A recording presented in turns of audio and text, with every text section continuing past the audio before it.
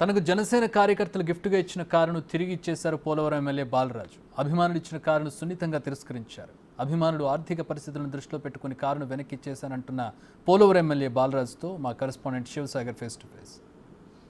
Polavaram project విషయంలో Janasena party నేత, Janasena party అధ్యక్షుడు పవన్ కళ్యాణ్ ఇప్పటికే ఒక స్టాండ్ మీద ఉన్నారు. ప్రాజెక్టు ఎట్టి పరిస్థితుల్లో పూర్తి చేయాలని చెప్పారు. దానికి తగ్గట్టుగానే పోలవరం అసెంబ్లీ టికెట్ కూడా జనసేన పార్టీ తీసుకుంది. మనతో జనసేన పార్టీ ఎమ్మెల్యే పోలవరం బాలరాజు ఉన్నారు. సార్, ఏంటి పోలవరం ప్రాజెక్టు మీరు చూశారు, ఇప్పటికే విదేశీ నిపుణులు పర్యటిస్తున్నారు, ఏం చెప్తున్నారు అధికారులు?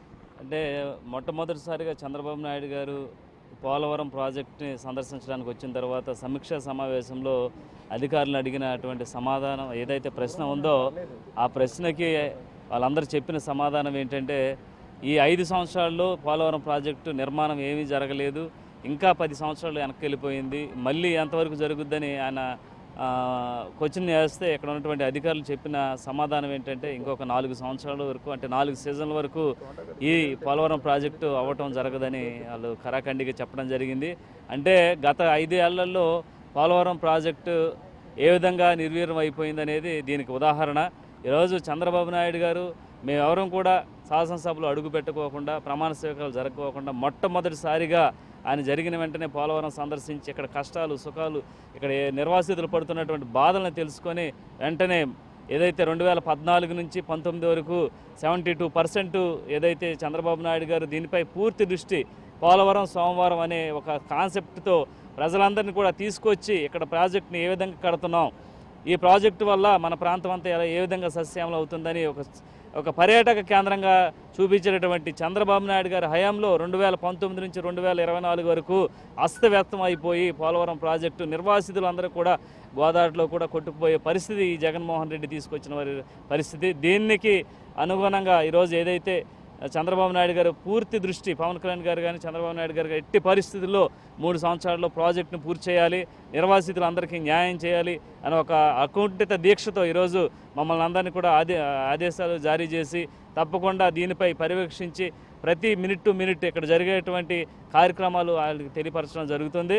దీనిపై ప్రత్యేక దృష్టి సారించి చంద్రబాబు నాయుడు గారు ఎట్టి పరిస్థితుల్లో 3 సంవత్సరాల్లో ఈ పోలవరం ప్రాజెక్ట్ కంప్లీట్ చేయడం జరుగుతుంది. అంటే మీరు ఇప్పటికే నియోజకవర్గం మొత్తం తిరిగారు, నిర్వాసిత గ్రామాల్లో తిరిగారు, నిర్వాసితుల సమస్యల పరిష్కారానికి ఏం చేయబోతున్నారు?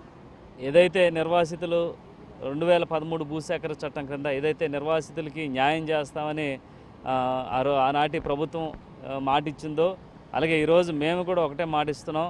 ఈరోజు ప్రతి ఒక్క నిర్వాసితుడిని మేమందరం కూడా దృష్టి ఉంచుకొని ఈరోజు ప్రతి ఒక్కరికి న్యాయం చేసే విధంగా, అలాగే 2013 భూసేకరణ చట్టం క్రింద ఏదైతే వాళ్ళకి సంబంధించినటువంటి ప్యాకేజీ కానీ, ఇల్లు విషయంలో కానీ, అలాగే వారి ఉద్యోగ విషయంలో కానీ, అలాగే వారిని ఇక్కడ తరలించే విషయంలో, ప్రతి విషయంలో కూడా ఈరోజు నిర్వాసితులకు న్యాయం చేసేటువంటి ఏకైక పార్టీ ఎన్డీఏ ప్రభుత్వం. ఈరోజు కేంద్ర ప్రభుత్వం నుంచి సహాయ సహకారాలు పవన్ కళ్యాణ్ గారు తీసుకొని తప్పకుండా నిర్వాసితులకు న్యాయం చేసే విధంగా మేము ముందుకు వెళ్తాం.